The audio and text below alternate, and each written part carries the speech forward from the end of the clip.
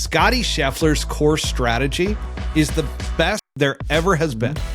Like, period. I'm passionate about it, but I do want to get back to Scottie Scheffler being the greatest of all time. We're not saying that Scottie right now, if he stopped playing golf, is the greatest of all time. Scottie's got to continue this out.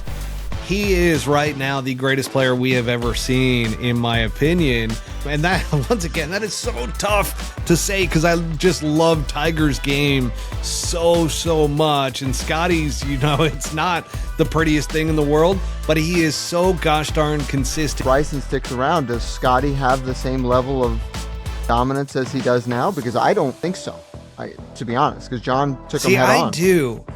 But here's the thing, like, I get the argument that, you're not playing against the LIV guys. Only two of them. But those guys really weren't winning tournaments against Scottie Scheffler anyways. Like, Scottie is beating guys, and I think it would have only pushed Scottie a little bit further as well. Fair to point. Compete at even a higher level. And that's where I'm just like, I get it, but at the same time, like, you look at these PGA Tour fields, they might not be the household names that you're accustomed to, but these guys are damn good players and better than years past some of the bigger names.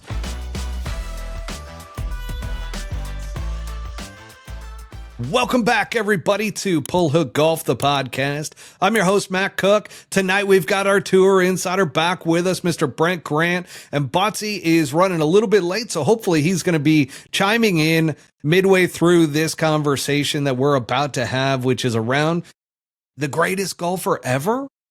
And so we will dive into all of the latest topics around Scottie Scheffler, the Tiger Woods debate, and so much more, because is it one of them that's the greatest, or are there others? We'll get into all of that on this episode. But before we do, I want to let you know about some of our sponsors. First of all, Devereux Golf. You can see Brent's got the t-shirt on with the skull. Lightning bolts coming through. These guys just went on a tour out in Southern California. They took their coffee truck with them and it looked like it was a great time. I was following them along on social media as I was in LA this weekend with Stark Health. But folks, Devereux Golf's what I'm wearing as well. I got the hat on. I've got the shirt on. It's all around me up here with the head covers. But utilize the promo code PullHookGolf20. That's PullHookGolf20, all together for 20% off your entire order over at DevereuxGolf.com. They've come out with some awesome gear, especially recently. They've got the racing gear, the Devereux Golf, Cars Coffee, and so on and so forth. So go over there, utilize that promo code. We've also got Vice Golf, which you can see the golf balls on each side of me with the hats. I use, personally, the Pro Plus. I actually really enjoy this golf ball quite a bit. Does everything that I needed to do. So Vice Golf, go over there. And by the way, great pricing on Vice Golf. Pull Hook is the promo code there for 15% off. Now, Rokform, I've got my little speaker once again. Last week, I finally got it back. I left it at the golf course. Brent's got the Rokform case on there, the America. Hell yeah. Love that. And folks, you can get 20% off over at Rokform. And by the way, Trot Golfer, who is our unofficial researcher, big Rokform fan as well. He's got multiple speakers, multiple cases.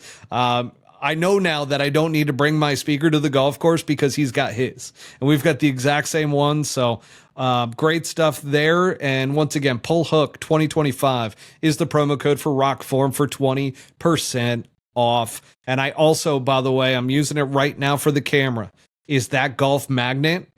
It is unbelievable. Oh, yeah. 100%. There's just so many options with it. Like, it is well worth the price point. Folks, you will not be disappointed with that one. I use it literally for everything. It's got a magnet. It also twists in, pops onto the shaft that they have that you can pop into the ground when you're on the golf course. But otherwise, you can put it on a normal camera stand. You can pop that right off for quick access and put it on anything magnetic. So I've actually used it a lot with all of this 5 a.m. comeback journey, which I'm on date number 34 right now. I would love to say that I am down a ton of weight, but I'm packing on some muscle as we go through this. So I'm only down about 9 pounds. But for the first 34 days, not bad. The stomach is starting to shrink, which is always nice. I don't have to look at that big round thing down there. That sounded weird. But part of this 5 a.m. comeback was certainly finding the time in order to train and get back to an elite level of golf. And Trot Golfer, been going out to him every week on Tuesdays for a golf lesson. We do half on the range, then we go out and play a few holes. And man, it is starting to come together. We're still got a lot of work to do. So like I was saying it today, I'm like, it's early on. It's early on. But with Stark Health, I mean, shoot, I'll tell you guys right off the bat that with Stark, my health was not good. Like, you would look at me and you'd be like, oh, that dude's fine. Like, I don't think, Brent, did you ever look at me and go, that dude's way overweight? He's got some real problems going on. No, I think just like everybody else is a diet thing, just inflammation in general, things that you just don't know about. So I never thought you were. No, absolutely not. Yeah. So, I mean, that was one of the weird things is like getting all the data back from all of the blood tests that we did. Like, we got down to the nitty gritty. We got down to the micronutrients, like the whole 9 yards, as well as from testosterone to cholesterol, blood pressure, like everything across the board that you could possibly think of. Alzheimer's genes, celiac genes for celiac disease, like all of that stuff. We got right down to the bottom of all of it. And it's been an absolute game changer for me. I couldn't do this without Stark Health. So if you're trying to get back to an elite level yourself, whatever it comes, like whatever it is, if you want to feel great, be great, that is one of the areas that I would say go seek out Stark Health. You could always hit me up on the Pull Hook Golf Instagram page as well, and I will share details around all of that. As if you're following the stories in the mornings and so forth throughout the day, I'm trying to track as much as possible as to the day-to-day of what goes on around myself, Pull Hook Golf Podcast, and this whole 5 a.m. comeback. I did just get a golf bag in from Jones Golf, so if you looked at the story, you've probably seen that bad boy. I love the two-tone. It is sick. We were going through it today, and Trot was looking at it going, man, that bag's actually really dope. Really love that from Jones. They were part of the 5 a.m. comeback with me, so thank you guys. And like I said, Stark Health couldn't do it without them, and Trot Golfer for providing me some golf lessons. So Trot did mention that your mic's a little low, Brent, so just be aware of that as we get into it. So I think when I had you mess with the gain a little bit, maybe you want to put it down to 8 or put it up to 8, I guess you could say. All right, here we go. You ready to get into it? Let's go. We've gone on long enough with sponsors, the 5 a.m. comeback. Let's get into it. Scottie Scheffler wins the Open Championship, 2 majors in a year. And the question is he the greatest golfer of all time? Now, I'm going to preface this with the fact that it's too early to say that he is the absolute GOAT at this point, but just taking these couple years to where he's been phenomenal, absolutely great. Do you think he is the greatest of all time if he keeps this up? I think if we might have lost Brent. Can you hear me? Brent looks frozen for the moment. Oh, hold on. What's going on here? Not sure if we're going to get Brent back. His internet was doing just fine there for a bit, but we'll wait for Brent on that one. And I will start with a comment actually from Austin. He has quite a trajectory going. And here's the thing. And I kind of wanted to tee it up with Brent. I'm kind of hesitant to give my take on it because my take's a little bit different than I feel like I've been hearing from all of the golf pundits that are out there, all of the media outlets that are out there.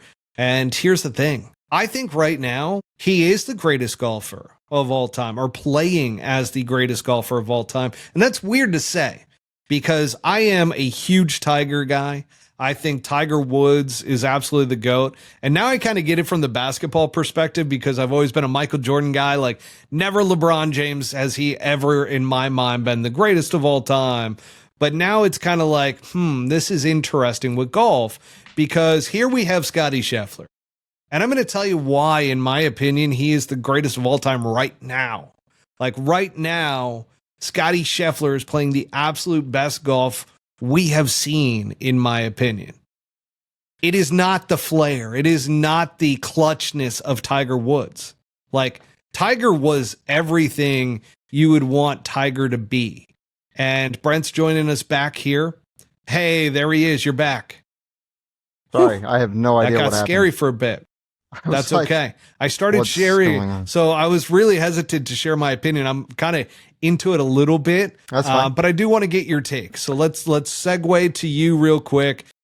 Scottie Scheffler, is he the greatest of all time? I think right now. I think if he were to keep this up, statistically speaking, I don't think there's anybody that has dominated as much as he has, statistically speaking.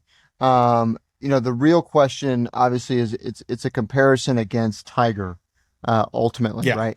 So, and I brought this up to a couple of people, players, like you said earlier on, we have conversations with our dads about this stuff, and I asked the question, and he, my dad's been watching golf for 40 years, so obviously he would know a lot more about the competition level back then than I would. But the question is the competition now stiffer than the competition in Tiger's day? We'll call it 98 to 2015. And I don't think that the competition level as far as ability of players is as good as it is now. However, there's some other things going on that we can get into later with regards to the elevated events and what that's doing to the players' work ethics and such like that. But if he keeps this up for another decade, without a doubt. So it's funny too that you mentioned the strength of players that are out there right now, because I was talking about this a little bit last week with Butsy. He feels as though it's not going to be technology as to the reason why, like, we get somebody who is just like the next coming of the best player ever. And we kind of brought up Scottie Scheffler at the time, where it's like, hey, look at Scottie, number one player in the world, the best player right now, possibly the best player at the moment, like, ever. And sure enough, like, you look at him and his swing is not orthodox whatsoever. There's an artistry to it, right? And that's part of this whole entire thing. But I also do believe that technology has made players better. And I do believe that the strength across an entire field is 100%. Better than it's ever been. Right? It does. I mean, it's evolution in a way. Like, some can use that argument in other ways, but I would say that technology, for one, and I'm a big technology guy, so it's not surprising for me to say this, but I think technology has leveled the playing field in a lot of ways, where you need somebody like a Scottie Scheffler that swings it different, that is different. A John Rahm is not, like, perfectly sound. Yeah. There's another one. I mean, but we start talking about this stuff, and it's so funny that all of the things that have happened, right, with LIV, and then the PGA Tour doing what it's done with the schedule and has essentially isolated the top 30 guys and have kept them there, right? The guys that have broken in have literally broken in. Like, there's no, like, there's a bunch of gatekeeping going on. And what's interesting is what if, I know it's a hypothetical, but if John would have stuck around. So I played that season, and I can tell you that I was disappointed when Scottie got the Player of the Year. I was like, John won the Masters, and he won 4 other tournaments. It's John. I don't give a shit about scoring average or anything like that, but John played better the whole year. And so, but then obviously he leaves to LIV, and that muddies the whole situation. But if he sticks around, or if Bryson sticks around, does Scottie have the same level of dominance as he does now? Because I don't think so. to be honest, because John took him See, head on. I do. But here's the thing, like I get the argument that, oh, you're not playing against the LIV guys. Only 2 of them. But those guys really weren't winning tournaments against Scottie Scheffler anyways. Like Scottie is beating guys, and I think it would have only pushed Scottie a little bit further as well to compete at even a higher level. And that's where I'm just like, I get it, but at the same time, like you look at these PGA Tour fields, they might not be the household names that you're accustomed to, but these guys are damn good players and better than years past some of the bigger names. And that's why, like, in a lot of ways, the guys who went to LIV are off in obscurity. Like, they're not competing at the highest level anymore. And some of them were kind of on the way down, right?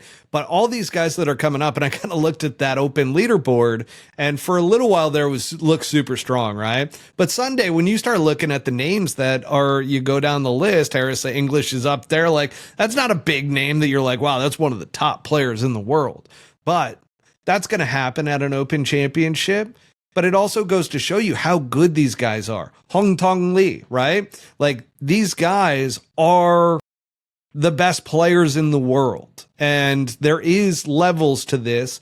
But again, I don't want to get too far off track with the strength of field because we can go a little bit down a rabbit hole. Like you start looking at the stats and the numbers, and I feel like across the board, players are better than they ever have been, period. Oh, no, you're absolutely correct. And I totally agree. I think when I isolate a guy like John specifically because of the tournaments that he won, because of the run that he was on, the U.S. Open, then the Masters, and then obviously multiple wins outside of the majors as well.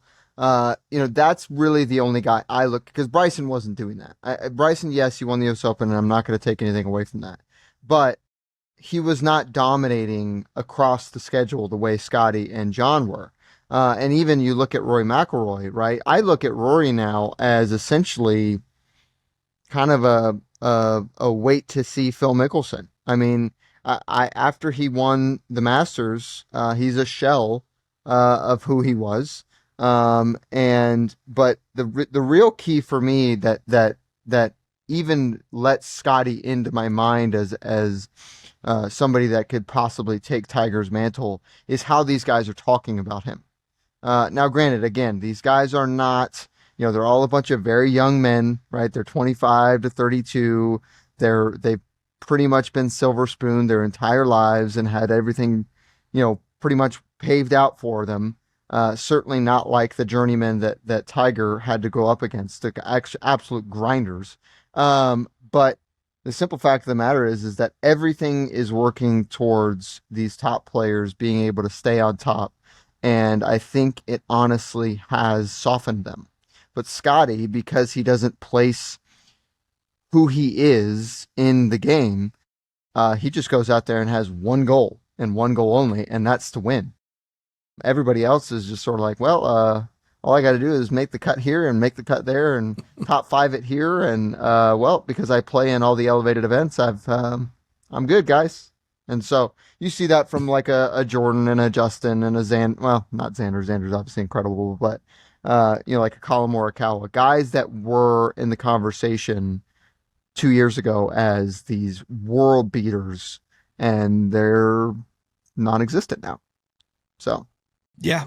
So I'm with you. I will say that Scottie Scheffler, and I got into this conversation as well around, are guys actually afraid of Scottie Scheffler like they were Tiger Woods back in the day when Tiger was dominating? Almost. And I think they are now. Almost, yeah. Like, I think that what he said at the Open Championship before the Open about how golf is not the most important thing in his life. Not even close. And what's most, like that perspective of, oh shit, he's playing at this level. Now, he did try to kind of backtrack a little bit afterwards, but I think it was very powerful to be like, this is not the most important thing in my life. Yeah, it's not about me. Yeah. And I think that was the first time that players started going, oh shit. Yeah. Like Scottie Scheffler has not just arrived, but he's got the perspective and mindset that is going to, like, if it's not the most important thing in the world, like it was to Tiger Woods, because I think it's pretty safe to say golf was the most important thing in Tiger's world. And yet Scottie Scheffler is performing like this. And then you started hearing Bryson DeChambeau start chirping about how, and I know he was like, it was one of those backhanded compliments, I feel like, to where he was talking about, well, Scottie wasn't that good in college, so he's gotten a lot better since then. That's the point. Like, it was one of those, like, yeah, it's like, okay, yeah, obviously he's gotten a lot better, like a lot of people do. Like Bryson won the USM. So good job. That's like, relax, dude. So for Scottie to all of a sudden have Bryson start talking about him, Spieth talking about how, he is the best BSer on the golf course back home in Dallas. Like, he chirps these guys, and he's very, very witty. So there's a Scottie Scheffler that's there that the world still has not fully seen yet. I feel like he's starting to open up more and more and more. And he's starting to talk more to the media and be a little bit more honest and open. But man, that candidness around his faith and just golf and not being the most important thing. And I thought about that a lot this week. And I watched, like, when guys started getting a little bit close to him on the leaderboard, started to fall a little bit. And so even when Scottie stumbled, it's like, But that goes back to why, in my opinion, Scottie Scheffler compared to Tiger Woods, Scottie Scheffler is actually the more scary golfer. And I think he's better than Tiger ever was right now. Like, you can look back at 2000, and it's so difficult for me to say this, by the way, because you look at 2000, that's the best golf swing, the most fundamental golf swing. That is the best, like, so many things. And yet Scottie's the exact opposite. Correct. So it's so difficult to sit here and say that. I'm just like, man, coming out of my mouth too. I'm just like, yeah, it doesn't this quite is make so sense. tough. But to your point, right? But if you just look at it, this is why having a conversation 25 years removed, right, is so difficult, because the type of golf course that Tiger was dominating on, that doesn't really exist anymore. The 4-inch rough consistently, the really long, difficult, maybe not the most manicured golf courses on the planet. But the bottom line is like, he won everywhere in every which way, whether that was 14 fairways and 18 greens, or it was 5 fairways and, 6 greens. It didn't matter. The guy did whatever he needed to do to win. But what I find to be probably the most important stat, I think Scottie's got another 28 wins to do it, would be if he matches or beats Tiger's record of 37 consecutive Sundays, 54-hole lead wins that he wins on Sunday after leading after Saturday. That is when I would be like, yep, done. Like, whatever he does is over. And so I think what's amazing is that it may be ugly, but he's doing something Tiger never did, which was lead in almost every single category there is. Tiger didn't lead in the driving category. He certainly did not lead necessarily in the ball striking category, although when he did win, he was obviously hitting it great. But Tiger picked his golf courses. And I just go back to the fact that I just don't think the competition was anywhere near the level of the guys today. You say that, and I agree with you. It is a tough thing to agree with, though. Hard. It's like that. Really there's hard. that big of a difference between fields, but to me, I'll go back to this: is that Scottie Scheffler.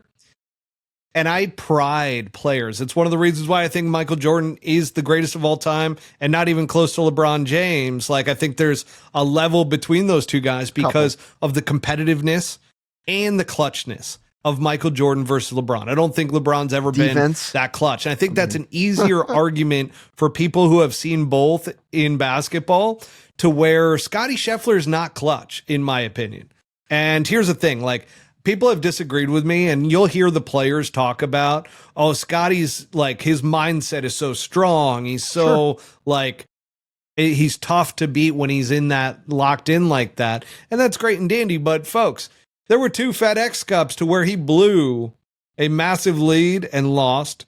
He 4-putted at the Masters to win, which, by the way, he admitted crying before that final round at the Masters because he didn't think he was ready to win the Masters. He's not been able to this year. He had or was it this year or last year? He had the record-breaking like tournament, and he couldn't get it done. He ends up bogeying one of, I think, 17, and all he had to do was par in, right? It was Dallas, Byron Nelson. Yeah, it was the Byron Nelson, and he could have had the all-time lowest tournament scoring record. Like, and then you look at his Ryder Cup appearances, and those haven't been great. So, like, to me, and the Ryder Cup, by the way, is one of those to where it's a pressure cooker. If you aren't clutch, you're not going to play great in the Ryder Cup, right? But it just goes to show you that even without that clutchness, to be able to do what he's doing is why my perception of him and my opinion of him is changing. Like, I'm in the position right now to where if he keeps this up, and granted, I'm not saying he's got to win 2 majors every single year, but if he keeps this up and wins a major every year, why not? All of a sudden, Scottie Scheffler is absolutely the best player in the world. And by the way, folks, he won 2 tournaments this year, 2 majors, to where he won the PGA by 5 strokes. He wins the Open Championship by 4. So that's the first time that's ever happened in a calendar year. And then on top of that, you look at a fun fact that I love that everybody's been talking about. It's the exact number of days between their first major victory to their 4th, which is 1,197 days between them. And that's Tiger and Scottie. The big difference there, though, Tiger was 24 years old. Scottie Scheffler's 29. So it's a 4.5 year difference there when you look at the actual months and days. So that's the only big difference there. And how long is Scottie Scheffler going to want to do this? Not like 5 years. He's competitive as shit, but I honestly, it's so funny you asked that. The last thing I said last night to my dad was, I was like, as soon as his son starts going to school, he's done. And it's not because he'll drop off. It's just, he'll just look at it and go, I'm go do something else. I think I think Scottie Scheffler, I agree with you, by the way. I don't think that this career is going to be, I don't think he lusts over records. Not even a little bit. I don't think he does. I don't think he gives a crap if he has the most majors, if he's got the most PGA Tour wins, if he's got any of that. I think he's living a higher purpose, correct, which goes to a little bit of the mental standpoint. That is intimidating to these guys because they know they care so much. And it's funny, our unofficial researcher, track golfer here, he just brought up the fact that Tiger was 13, 21, and 3 in Ryder Cup events, and Scottie's 2, 2, and 3. So Scottie's got a ways to go, but Tiger with that losing record, it goes to show you that even being clutch, in the Ryder Cup, that pressure cooker. So, I mean, there's kind of a knock a little bit on Tiger, even though most Ryder Cup events you're playing with a team. Correct. Yeah, I think that's a great point. And what's interesting is the debate really centers around how long he's going to do it, right? And so the thing that I love most about Scottie's faith and how he communicates it to the world is that he went on a 5.5 minute monologue about what's the point. And I'll be honest, I was like, dude, like seriously, like time and place, like that's not really, like, you're sitting at the Open. What's the point? Like, it's pretty obvious. what his point is. Now, I think he was trying to, subtly say basically that guys, stop getting wrapped up in this golf thing because it's really not the point. But he ends it with, well, my faith in my family, and if this golf thing ever affects my family, I'm done. And it showed that he is a real person. And I think that is different than any other top player that's ever played, certainly in the last 20 years, and 100% since social media began to, really sort of kick into high gear. Because, I mean, you hear these stories like you just said, right? Like Jordan called him out. He was like, man, this guy chirps more than anybody. And the reason why he chirps more than anybody is because he's hyper competitive. The same way that Tiger was hyper competitive. How they communicate it, two different things. And so, I think to your point, that's what makes it so difficult. But also at the same time, it's like, if he stops after 5 years, does that necessarily mean that he wasn't the greatest ever for 7 years? I don't think so. I think the statistics, I mean, he's what? I think he's literally 1 or 2 in 90 something percent of the categories. That's ridiculous. That's unreal. And he's doing it so ugly with that ugly ass swing is. Well, and I did see a question that was posed that was, hey, is Scottie Scheffler good for the game of golf? Like, Tiger transcended the sport. And I think that's why it's so difficult to talk about this, to compare them. And it feels so odd to put Scottie Scheffler in that world of Tiger Woods, because he's not a transcending guy. Well, he is, like, he's not like, in a different way, though, right? He literally just doesn't care. But it's almost, he's not growing the game. Is he actually good for? Is he good for the PGA Tour? Gosh, no. I guess I'll pose that way. Absolutely not. I mean, I think honestly, and my dad said the same thing last night. Actually, like a half dozen people have said the exact same thing, funny enough, in the last few weeks, was like, he's making the whole process look really stupid. And I think, honestly, I go back to what I was saying earlier about the elevated events. I think half of these guys, you have Justin, Jordan, Ricky, all pre-2000 guys or 2020 guys that were, world beaters at one time or another, where post 2022 now, over the last 3 years, their careers have basically been kind of drug along by the decisions that they've been a part of. There is no Ricky Fowler this year, if he doesn't get those exemptions in these elevated events. There is no Jordan Spieth or Justin Thomas, necessarily in the way that they are now. They would be kind of closer to that 100 number, which would kind of be an issue. But, so no, I don't think he's great for the game of golf. I mean, he even said it. He's like, I'm not out here to inspire anybody. I'm out here, because I've been given the ability and been blessed to do so. And that's it.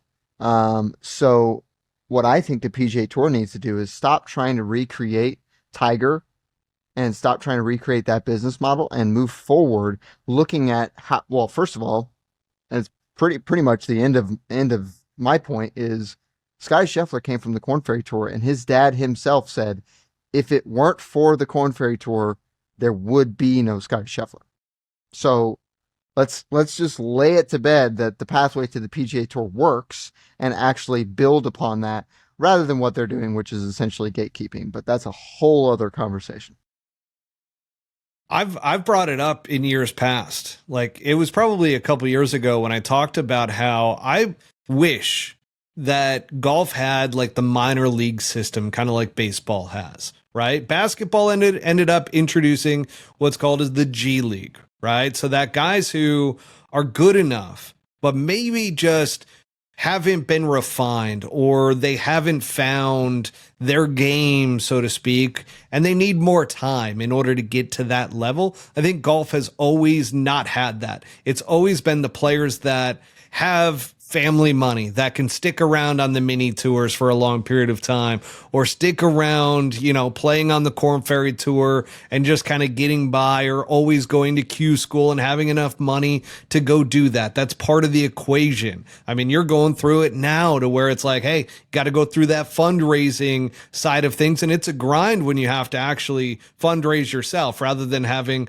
a parent that hands over the money and then you go play. So that was always, to me, I'm like, man, I always felt like I missed my time because I didn't have enough time to develop. I was late to the game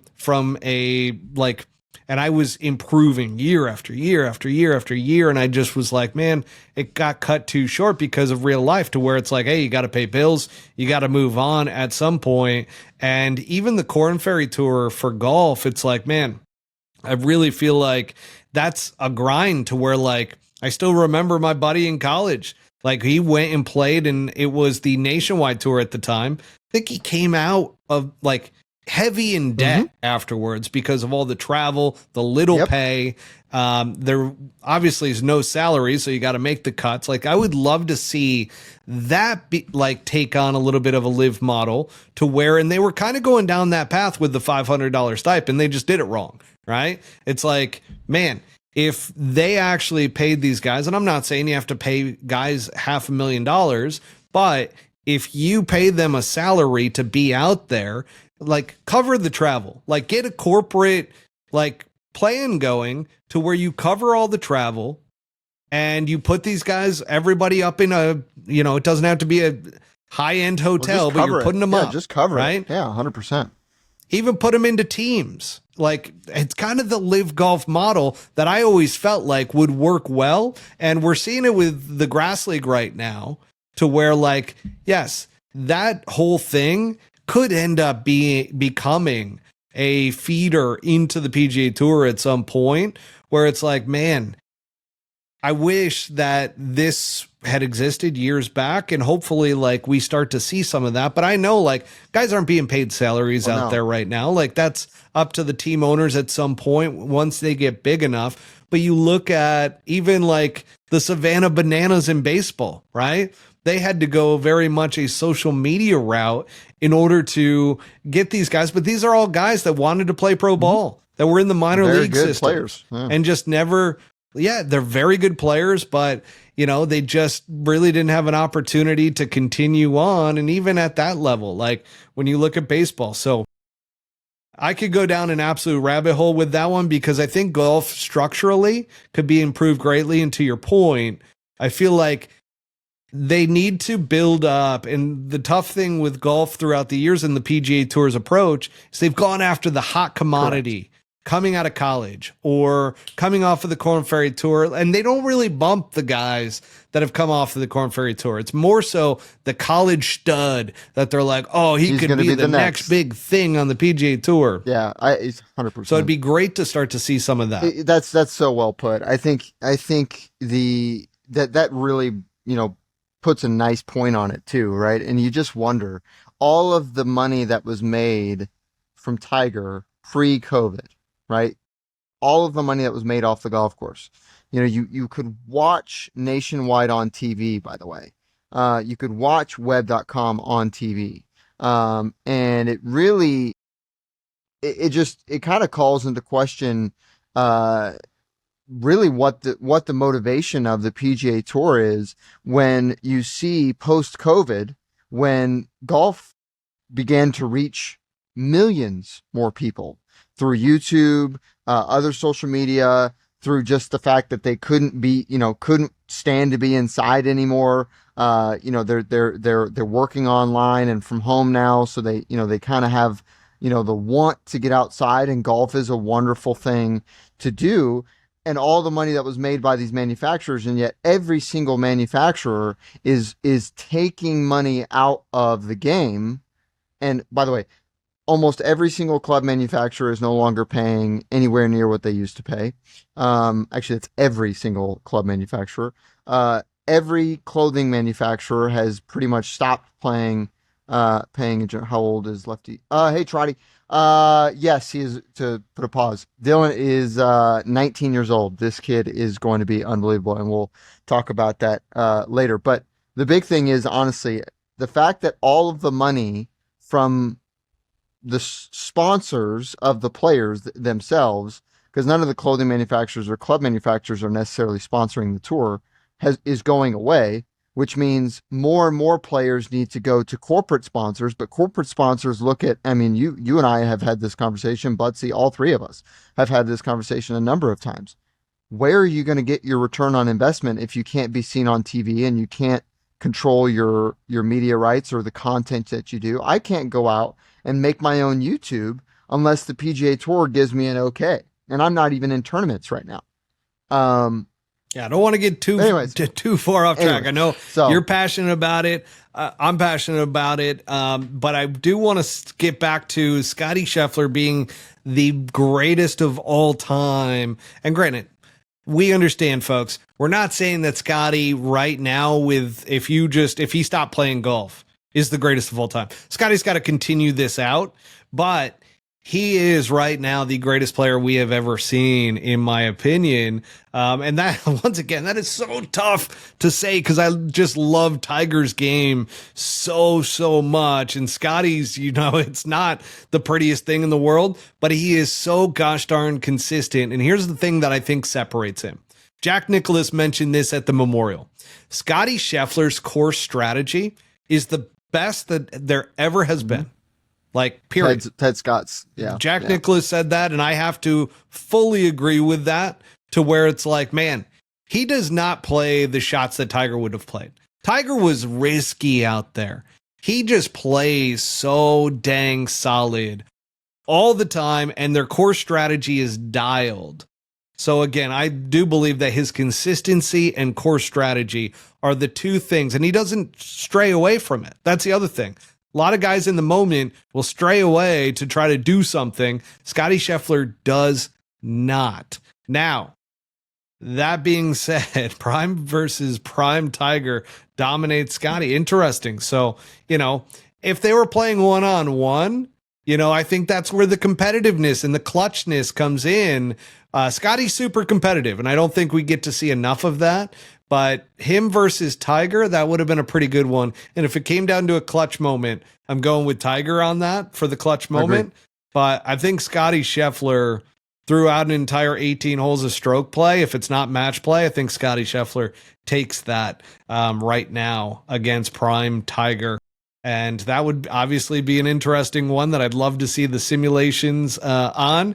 But let's get to where we're talking about strategy and Scottie's strategy being the best of all time. That leads into Ted Scott. And I saw this comment. Ted Scott, is he the greatest caddy of all time? No. Brent's saying no. However, he has two players, one with Bubba Watson, wins 2 majors. And now with Scottie, Scottie's got 4 majors at this point.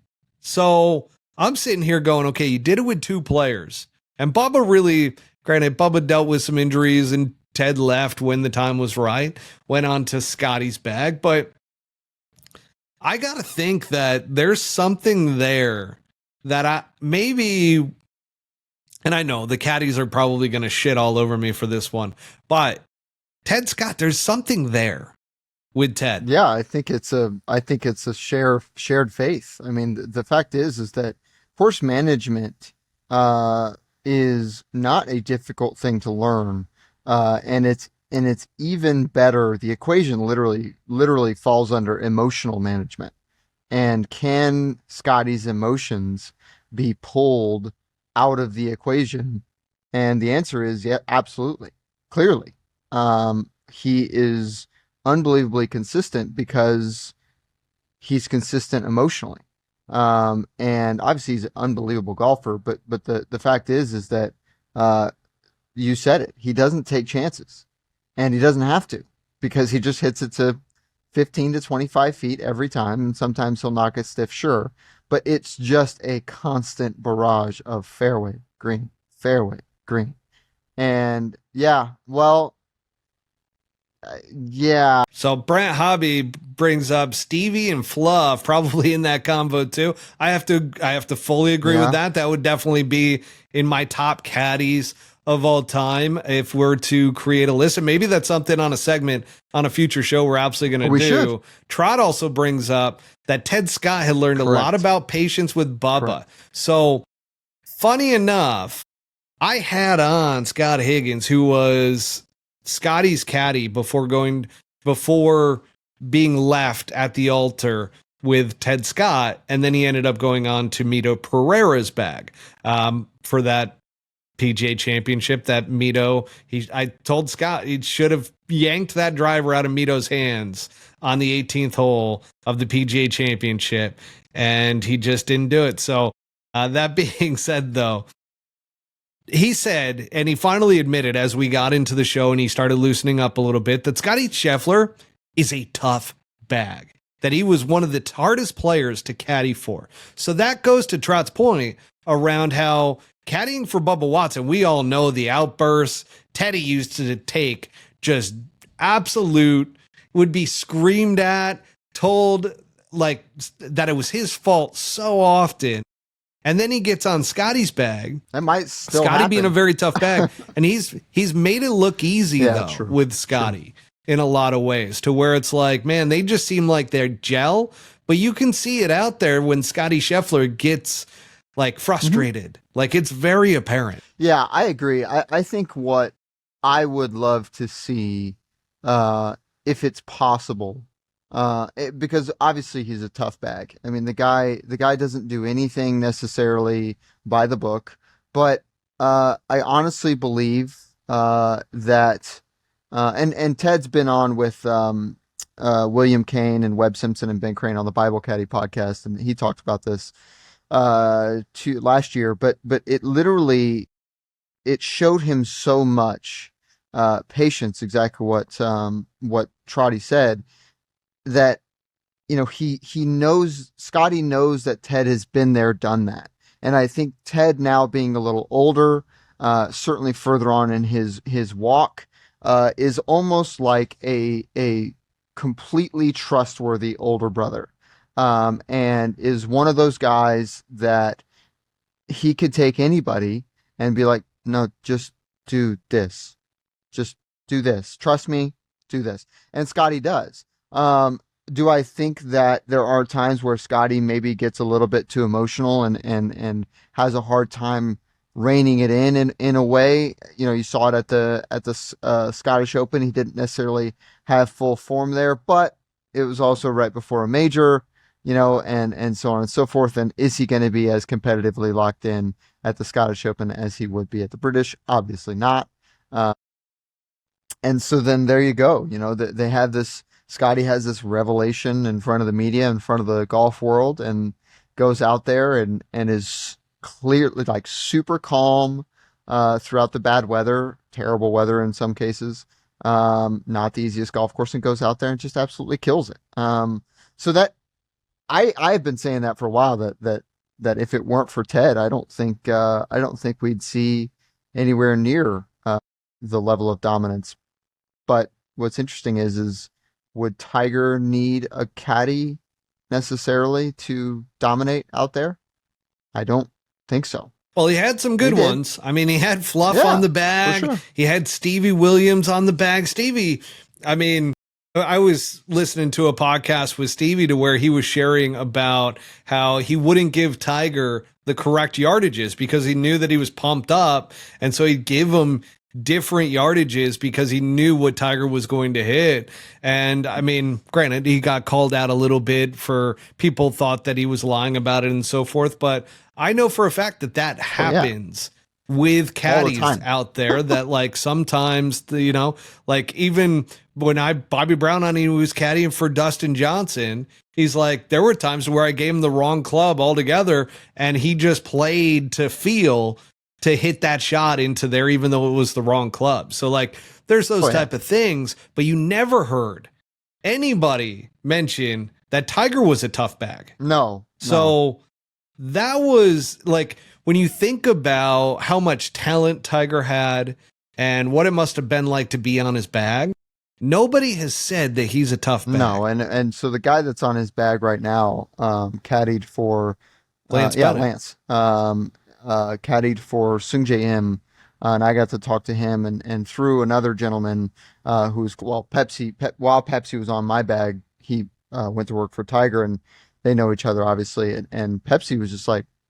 He's like, no, they just show up and it's super regimented. Everything's obviously the way it needs to be, but there is no, I totally 100% agree. Although that would be interesting. They might get into a lifting battle before each round. So who knows how he would play, but yeah, I think honestly, to your point, never ever once heard that Tiger was a difficult guy to be around in general, on the golf course. So you just had to keep some secrets. That's it. Yeah. Like that was the thing. You had to be faithful to Tiger. Like you couldn't go caddy for somebody else. We saw that happen for a couple times where Stevie all of a sudden jumped on Adam Scott's bag and it's like, okay, see you, Stevie. Later. Then all of a sudden it was Joe LaCava with Patrick Cantlay. See you, Joe. And now Lance Bennett. And so it's kind of crazy, but by far, and I'll state this as we kind of wrap up the greatest of all time conversation here between Tiger and Scottie. Tiger Woods by far had more talent. Like that is not in question. 100%. Like in my opinion, clutchness, talent goes to Tiger all day long, which is why this is kind of a frustrating thing to talk about where it's like, man, Scottie Scheffler is it's early on though. Possibly the absolute best right now of that we'll ever see, but maybe not. I mean, we were saying that about Tiger and now all of a sudden we got Scottie Scheffler. I think we need to appreciate what Scottie's doing, even though it's not the prettiest thing in the world. That it's not the most clutch thing in the world, that yes, it is a little bit boring at times, but you have to appreciate the consistency, the feel and touch around the greens, and the fact that he is doing it at such a great, consistent level. You brought up the point that his stats, he's number one in so many different categories. It's a joke. Tiger was never that. So it is pretty cool to see all of that. Now we're going to do a little bit of rapid fire here, where all the majors at this point are completed. It's a very depressing time of the year for most golf fans that love all the majors. We got the FedEx Cup coming up. I got to always remind myself, FedEx Cup's coming. Going to have the playoffs. Each year it gets a little bit, I get a little bit more into it, I'll say, where years like prior, I really didn't give a shit about the FedEx Cup, especially when starting this podcast. But we also have the Ryder Cup coming up. So that's going to be the big one to look forward to now. But all the majors are completed. Which major this year was your favorite, Brent? I think the U.S. Open was my favorite for sure, without a doubt. The sheer just magnitude of Oakmont, the fact that there was a wee bit of controversy that kind of showed that the USGA is off in a way. We'll keep that for another time. And then the fact that it was won by a guy that came out of absolutely nowhere, and it was won by a guy that's been a true journeyman for a decade. For me, it was the Masters with Rory. I think it was the most emotional thing, and it was a roller coaster, man. That's the craziest thing.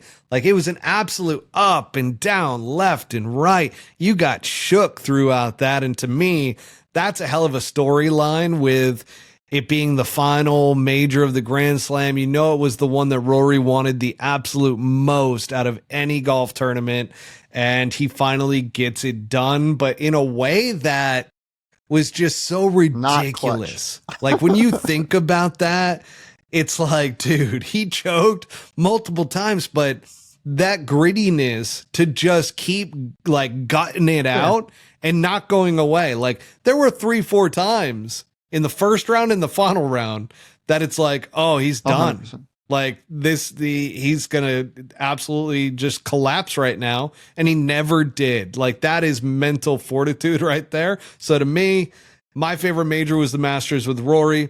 Who had the best major win out of the four? Yeah, you can't take it away from Rory and the Masters. As big as it was, obviously, for JJ, and we all know JJ is unbelievable. Obviously, Scottie's. This is what's kind of ridiculous, right? And this is why your point earlier about him whether he's good for the PGA Tour or not. The fact that we don't even look at his 2 wins, the PGA and the Open, because they were just sort of foregone conclusions, certainly by the end of Saturday. But regardless of kind of the playing around that the media did with the Masters, certainly Jim Nantz on Sunday. But the simple fact of the matter is that Rory literally went over a decade, well over a decade, after losing the Masters. That I think it was like second or third time he lost it on Sunday, and then finally did it after all that time is pretty incredible. See, me and you flip-flopped here, because I went JJ Spaun with the U.S. Open. I thought that was the best major championship victory. Playing Oakmont, just an absolute beast. And then with the weather conditions that came in, and he led after the first day. So it's like, and he's not a big name guy. Like, he's always kind of hung around in a lot of tournaments, but he's never really broken through. And to me, that was the best major win.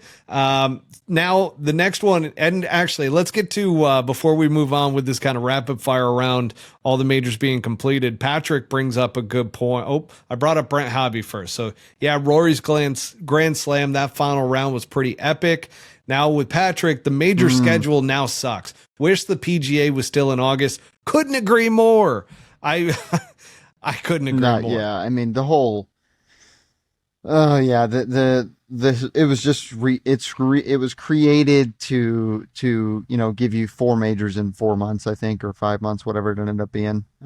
So yeah, I mean, it's just And then hopefully we're both human, because we both had JJ as one of our answers there. Yeah. So Trot Golfer said, if you don't say JJ, are you even human? Fair. It's a really good point, Trot. Really good point there. Now, as we get further into this discussion, whose win was the most dominant out of the 4 majors? I was Scottie. So Scottie at the Open just now. I mean, the PGA was a little rough for him, I think, starting out, and he kind of had to grind through a bit first couple 3 rounds, and obviously by the end of Saturday, we kind of all knew it was over. But for Scottie, like, the whole time was just like, yeah, I'm just gonna trend and then plateau, and you guys aren't gonna catch me. I mean, to go bogey free on Saturday, I think he had one, but I don't even know if he had a bogey on Sunday. But he did. Yeah. So I mean, but a phenomenal, because it was bad weather, because it was the Open, not a tournament that he's played well in the past, by the way.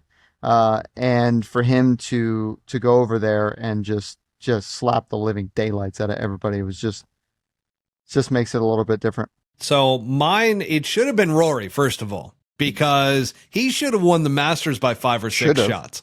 When you think about like the mini collapses throughout the week, it's just like, holy crap, could have won this thing by 10. Hole. He could have been Scottie Scheffler and 4-putted the 18th. Like, it should have been that way. Rory played the absolute best out of anybody that week in spurts. Correct. Right? But then there were those horrible choking moments throughout. So I have to give it up to Scottie Scheffler. And I put it as the PGA Championship, winning by 5 strokes there when everybody collapsed coming down the stretch, which Quail Hollow, that back 9, it gets pretty tough. It certainly does. And so for Scottie just to play as consistent as he did coming down that final 9 holes, that to me was the most dominant victory. Last question on this. Are you surprised a LIV golfer didn't win a major this year? No, not at all. We saw what happened to Bryson last year at Pinehurst. We all know that the many fairways that he missed that he got unbelievably lucky in the fescue. And anybody that's ever been around that golf course or played the U.S. Open there knows that it's basically a crapshoot. So the fact is that every single golf course this year was a true test of different parts of the game, and I'm not surprised that they didn't win a single one. Yeah, to me, Bryson's their only the shot. answer is no. Yeah. I am not surprised because realistically, in my mind, they have 3 guys right now that can win a major. They've got Bryson, they've got Terrell Hatton, and they've got Jon Rahm. Those are the 3 guys where Terrell Hatton was close in 2 majors. Played great.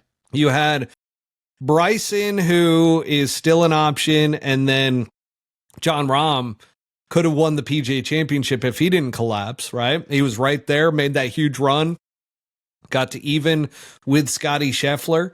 But those 3 are the only 3. And when you put 3 guys up against however many guys there are in the field, it's like, yeah, that's going to be tough for LIV Golf. And by the way, it does hurt their brand. Like, I don't care what anybody says. It hurts their brand because they want to be known as the best golfers in the world. You can't take over a PGA Tour like as the main golf circuit if you don't have multiple victories every single year. Yeah, I mean, it's a numbers game. Bottom line is the best players are competing against the best players more often. I mean, nobody's going to beat Scottie anyways, but thankfully, I mean, I love Tyrrell. He's fantastic. Obviously, John's an unbelievable player. It's happy to see him find some form. But everybody else, yeah, guys, I mean, it's just going to go downhill. All right, let's spend 1 minute talking about Dylan Brack. Go ahead and fill me in to this kid. So, but nothing super crazy. He won pre-qual at 17 years old. Was 1 shot away from getting a full Latin card at 18. Has several high-level amateur, junior/amateur events under his belt. But long story short, he hits it as far as I do. Hits a 4-yard cut from the right side of the golf ball, not the correct side, but the right side. In other words, he's left-handed. And at 19 years old, he has more support behind him than I think I've ever seen. But he's also unbelievably mature. And for some reason, colleges just haven't noticed him for whatever reason. But he's going to be one of those guys that kind of does it his own way. Where does he play out? So he's out of Riverside area. So Goose Creek, we're going to get him to join Bear Creek probably within the next month. Yeah, he's. Wow, you sound like his manager over here. Well, I'm working with him, but yeah, he's special. And I don't think I've ever seen. We played together in the Monday qualifier in Colorado. And it's literally just about a matter of time with him rather than, having all of these different parts of his game. There's guys like, Michael Block's son, Dylan Block, that is a great player, but, doesn't necessarily have the IT, the it. And that doesn't have anything to do with what you're doing on the golf course. It's about your emotional management. So, he's got it, and we'll see how far he can go. That's awesome. And really last thing here, Brent Hobby wants to know, Bryson's contract ends this year or next. Does he come back? Do the Saudis throw $500 million to retain him? So here's the scoop. So number one, I came out with all of this information months back. The one thing that I would say that I did not have full clarity on is when his contract ends. And ever since then, I have heard from several people that it ends at the middle of the season next year. So that's where it's still dead on in terms of, does he come back to the PGA Tour next year? He was having conversations with PGA Tour officials. Interesting. So there should tell you that he is looking at it as an option to come back.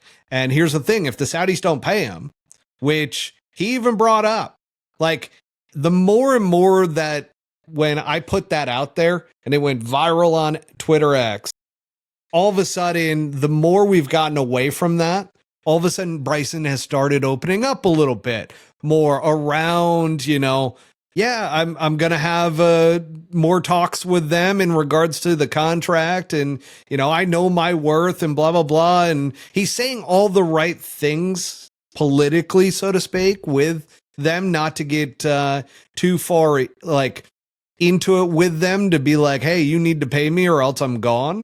But that's kind of the conversation where he did ask for a lot of money back in, I forget the exact timing now. I haven't really thought about this in a while. But it was like in January, February to when he met with them and they turned down his extension.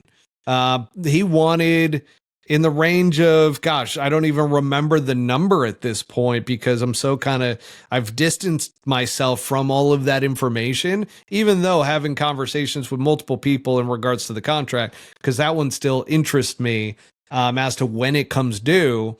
And that's the thing. He says that even Bryson said it ends in 2026. So nobody is stating when in 2026 because there's guys that contracts have ended in the middle of the year. So to me, everything with Bryson points towards what would be better for his brand to stay on LIV or to be on the PGA Tour. And I do believe that, yes, he is very invested in LIV as long as they pay him a lot of money to stay. It doesn't have anything to do with anything other than the money. I think what's going to be interesting to see what happens in general for a lot of these guys. If they do want to come back, does it look like they, have to create their own special category to, earn X number of points or what this all looks like? And I just want to add one thing as far as where the PGA Tour is at. Jay Monahan did not step down as the commissioner. He just stepped down as the CEO of the for-profit business. So there is nothing that's changing as far as the regulations are concerned as of yet. And I haven't heard or seen anything to think that there's going to be this crazy deal where they offer, these guys their cards back or they lift their suspensions. So, well, and you got to remember the equity side, right? The PGA Tour started giving out equity to players, so that would possibly be something that Bryson would want in coming back to the PGA Tour. And is that something they'd be willing to do in order to just bring back one player? And that's where this whole thing will get really, really interesting as we move forward, because I'm telling you, I don't want to go down that path again because of how many people just like shit all over the information. It doesn't matter at the end of the day. It is what it is.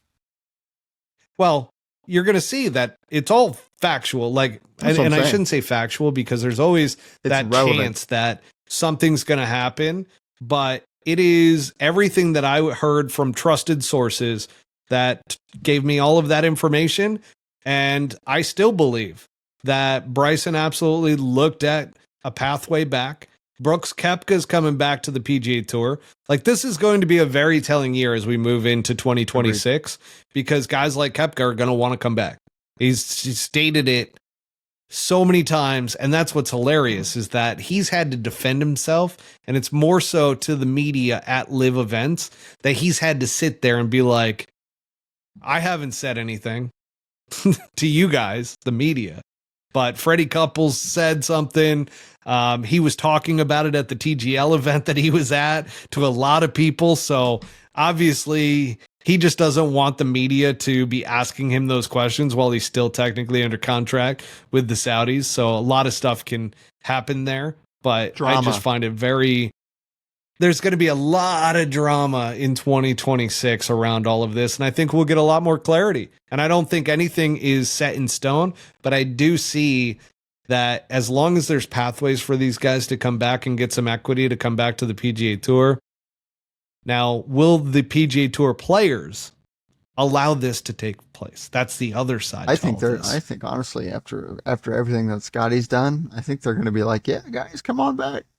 The more, the better, right? Yeah, just the better players. Yeah, it's like, please, somebody come and beat this guy because we have no idea. And I love the fact that like 10 minutes ago, we could still see you clearly, Brent. And now it's like you're in the Blair Witch Project. Yes, perfect. Absolutely phenomenal stuff. Yeah, it literally looks like the Blair Witch Project. You're about to disappear. So stay safe over there. As we wrap up this show, folks, make sure to utilize our sponsors that we've put together for all of you as our audience members. First of all, Devereux Golf that I'm decked out in. Brent has the t-shirt on. The head covers, by the way. Head covers are absolutely solid. Utilize the promo code PullHookGolf20 for 20% off at Devereux Golf. Vice Golf, use the promo code PullHook for 15% off. Rokform with, this is my favorite thing, 24-hour battery life too. And it attaches to anything magnetic or any metal. Absolutely love it. I stick it all over the place. But PullHook 2025 for 20% off there. And once again, a quick shout out to Jones Golf, which, I can't even reach it. There's 2 head covers on each side. You'll see it in the full podcast video. Brent, I don't think you can see it right now. Actually, hang on a second. I can't. Let me see if I can just. It's close. They're kind of close. Hang on. We're gonna get there. Here we go. So these little on each side here. Whoop, there we are. Oh, they sent me these head covers with the bag. Oh my gosh. They're like the cream vintage awesome. style head covers. I absolutely love those. So now I'm like in a debate between which head covers are going to be on my bag moving forward. But I do want to give a shout out to Jones Golf as they're helping me out with the 5 a.m. comeback. And then, lastly, Stark Health, folks. If you're trying to have a transformation, you're sick and tired of not knowing what's going on in your body, you may have a job to where you're sitting all day, got out of shape, want to go through a full transformation, you're a successful individual in business or whatever, utilize Stark Health. It's stark.health is the website. And hit me up on Instagram if you have any questions in regards to it. I know there's been quite a few that have reached out and been like, man, that place seems legit.